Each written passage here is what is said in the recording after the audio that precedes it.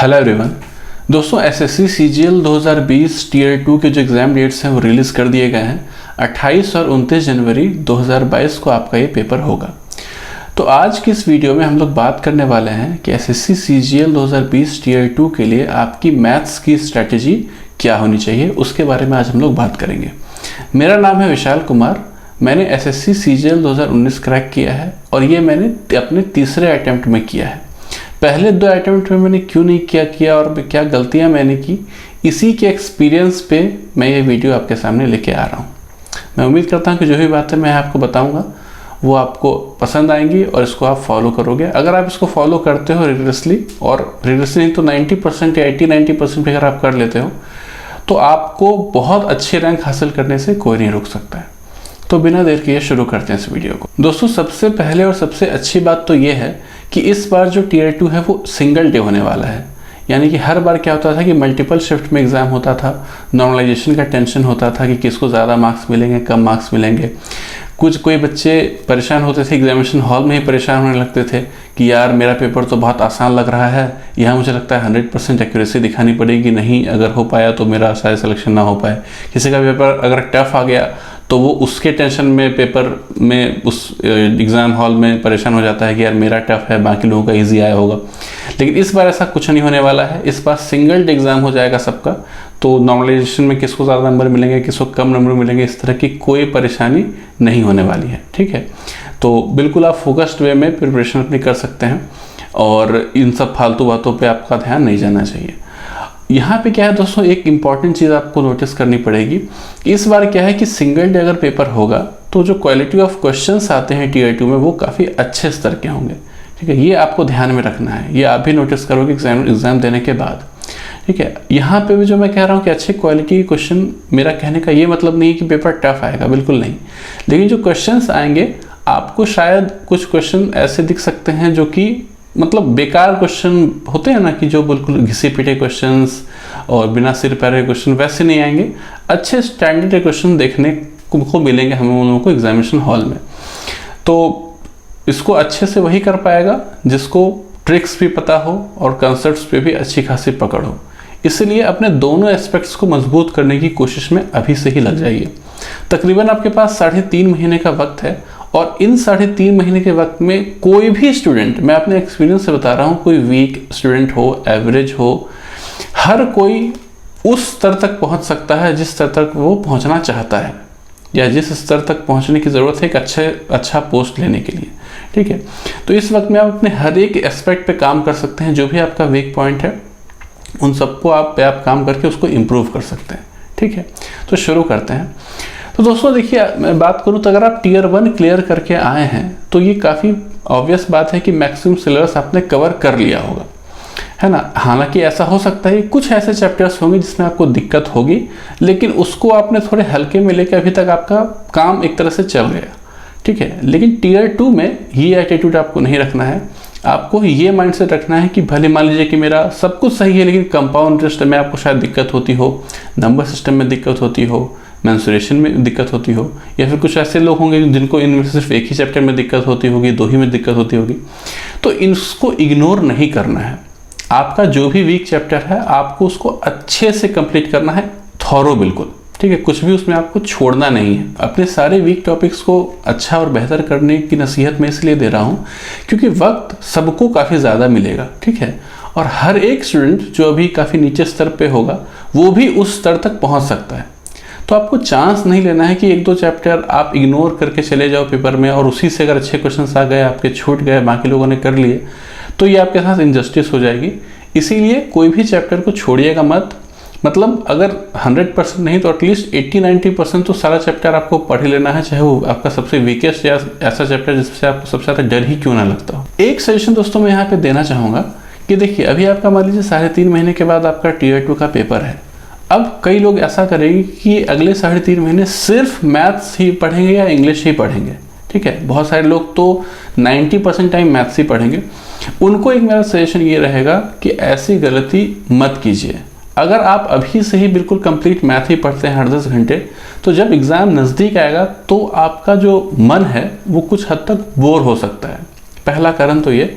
और दूसरा कि अगर आप प्रिपरेशन कर रहे हैं, आप स्टूडेंट हैं, तो ऐसा भी हो सकता है ना कि मान लीजिए इस बार आपका सिलेक्शन ना हो पाए, ये पॉसिबिलिटी है।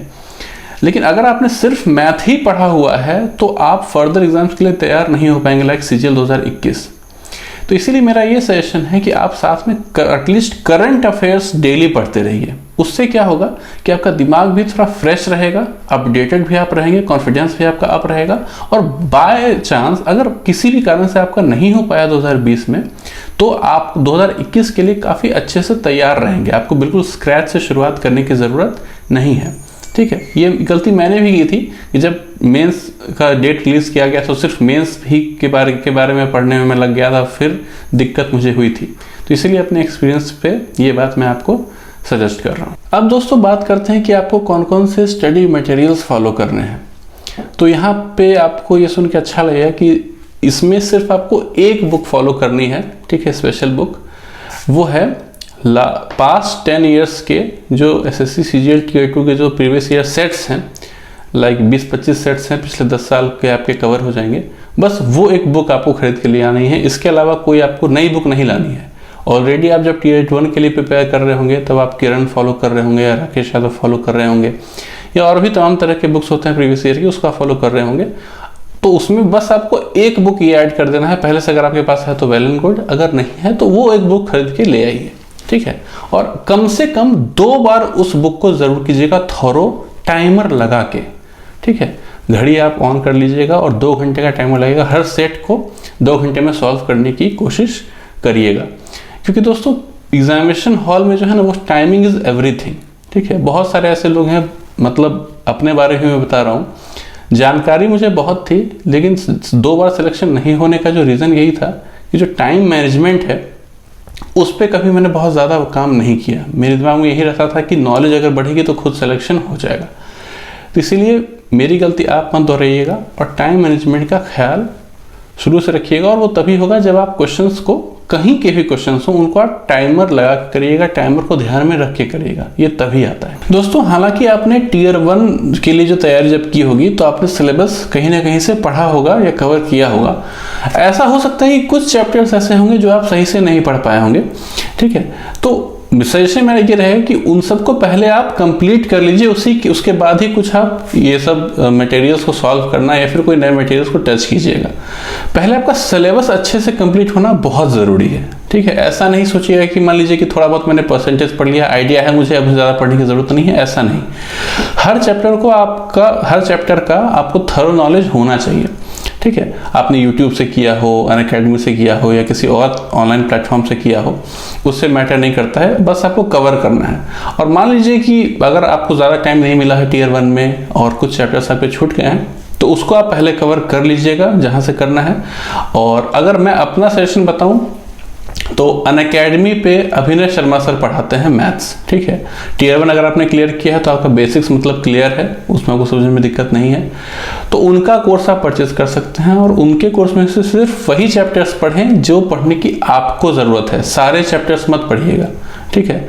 अभिनय शर्मा सर की बात करूँ तो वो बेस्ट टीचर हैं। मुझे नहीं लगता कि अगर वो नहीं होते तो शायद मैं अपना सिलेक्शन इमेजिन कर पाता, ठीक है। तो अनअकैडमी पे वो पढ़ाते हैं, आप ज्वाइन कर सकते हैं उनका बैच। डिस्क्रिप्शन बॉक्स में लिंक है, मेरा कोड भी है WEESHAL, उसको यूज़ करके आप मैक्सिमम डिस्काउंट भी हासिल कर सकते हैं। तो अगर आपको ज़रूरत है कि आपका कुछ सिलेबस अधूरा रह गया है, उसको कवर करना है, तो अभिनय शर्मा सर टीयर 2 के लिए उनसे बेस्ट टीचर, उनसे रेलेवेंट टीचर अभी के टाइम में ऑनलाइन दुनिया में नहीं है। तो आप उनका जो कोर्स जो है रेफर कर सकते हैं। अब दोस्तों एक बहुत ही इंपॉर्टेंट एस्पेक्ट आता है, वो होता है कैलकुलेशन स्पीड। मतलब मैं क्या कहूँगी, कैलकुलेशन स्पीड अगर आपके पास है तो एक तरह से 80-90% आपकी प्रिपरेशन हो चुकी है। अब बस आपको फाइन ट्यून करने की ज़रूरत होती है सिर्फ। और अगर आपकी कैलकुलेशन स्पीड नहीं है, बाकी सब कुछ आपने कर लिया है, प्रीवियस ईयर क्वेश्चन बहुत सारे कर लिए, पूरा सिलेबस अच्छे से कर लिया, स्टिल आपकी प्रिपरेशन काफ़ी पीछे है।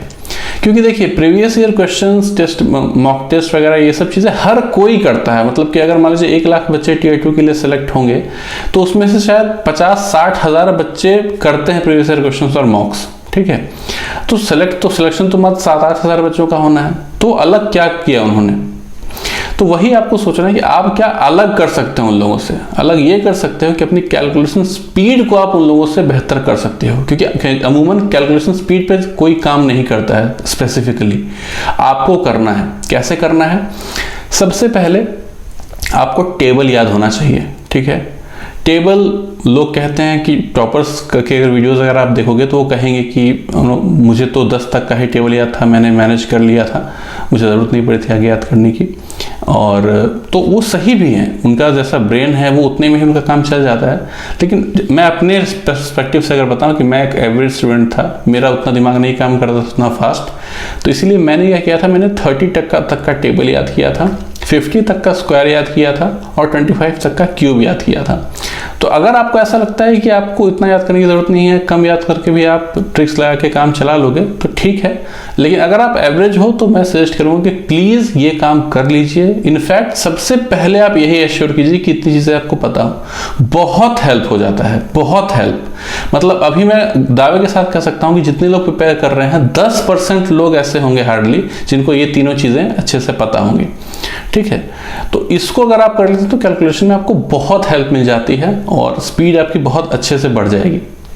उसके बाद क्या करना है आपको कि रैंडम नंबर्स खुद से लेने हैं, लाइक 13423 इंटू 668 कर दिया, या फिर 312 इंटू 57 कर लिया। इस तरीके से खुद से रैंडम नंबर्स लेके कैलकुलेशन कीजिए, ठीक है। और फिर बगल में कैलकुलेटर भी रखिए, आपने किया जो आपका आंसर आया कैलकुलेटर में मैच कर लिया कीजिए कि आपका आंसर सही है कि नहीं, ठीक है। इस तरीके से सेल्फ प्रैक्टिस कीजिए कैलकुलेशन की, हर दिन 1 घंटा, आधा से एक, अगर आपकी कैलकुलेशन वीक है तो आधा से 1 घंटा आपको डेली प्रैक्टिस करना है कैलकुलेशन।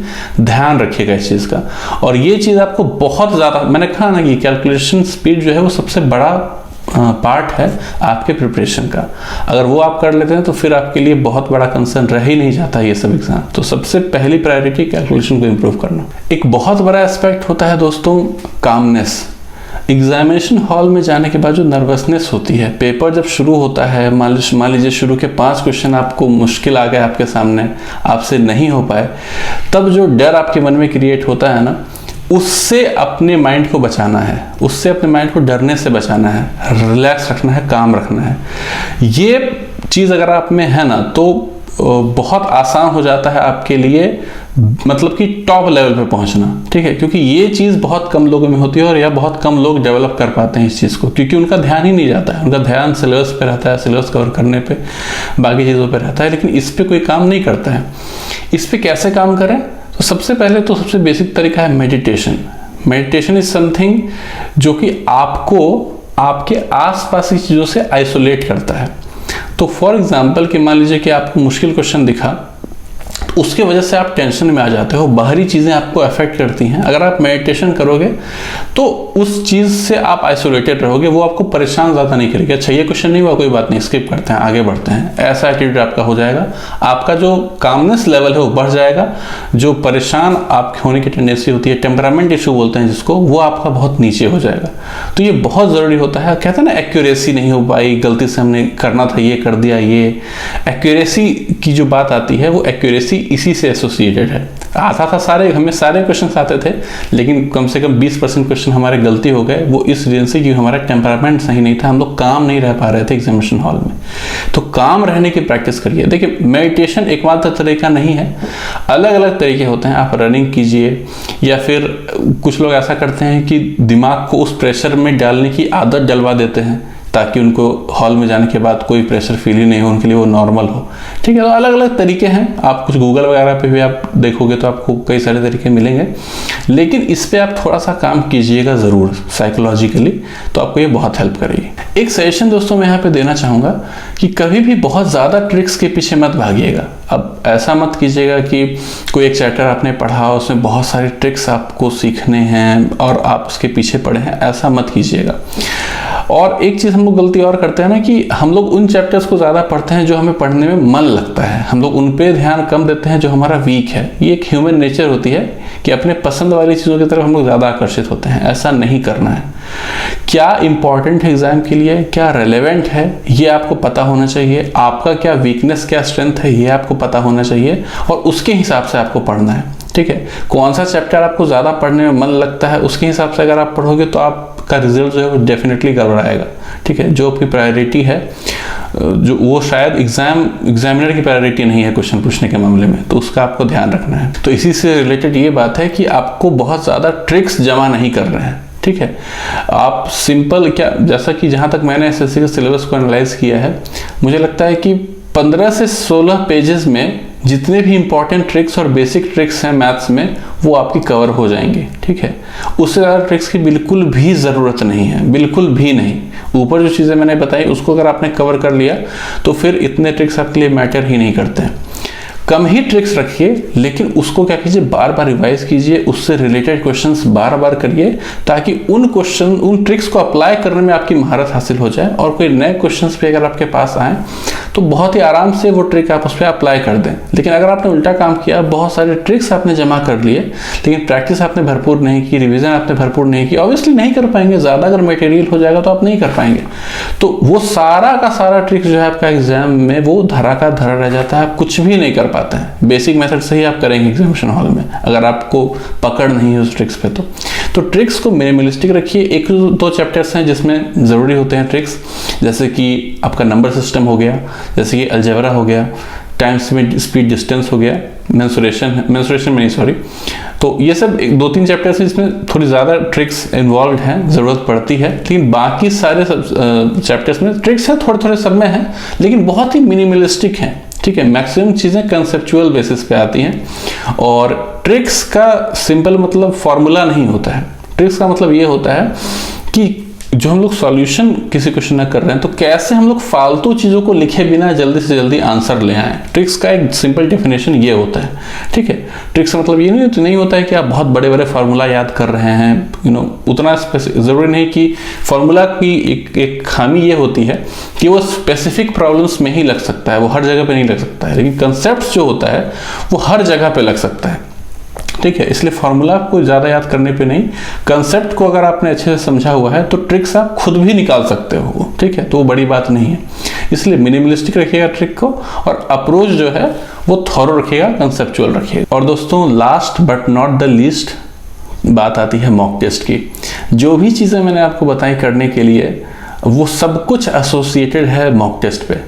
ठीक है, चाहे वो प्रीवियस ईयर क्वेश्चंस की प्रैक्टिस करने की बात मैंने की, चाहे मैंने कैलकुलेशन इंप्रूव करने की बात की, चाहे मैंने टेम्परामेंट इंप्रूव करने की बात की, तमाम तरह की चीज़ें, वो हर एक चीज़ आप इंप्रूव कर सकते। ट्रिक्स की बात मैंने की, वो सब कुछ आप मॉक टेस्ट के थ्रू कर सकते हैं। अगर आप रेगुलरली मॉक टेस्ट देते रहेंगे तो आपका ये सब चीज़ होते रहेगा। लेकिन फिर वही बात है कि मॉक टेस्ट हर कोई देता है, एवरीवन।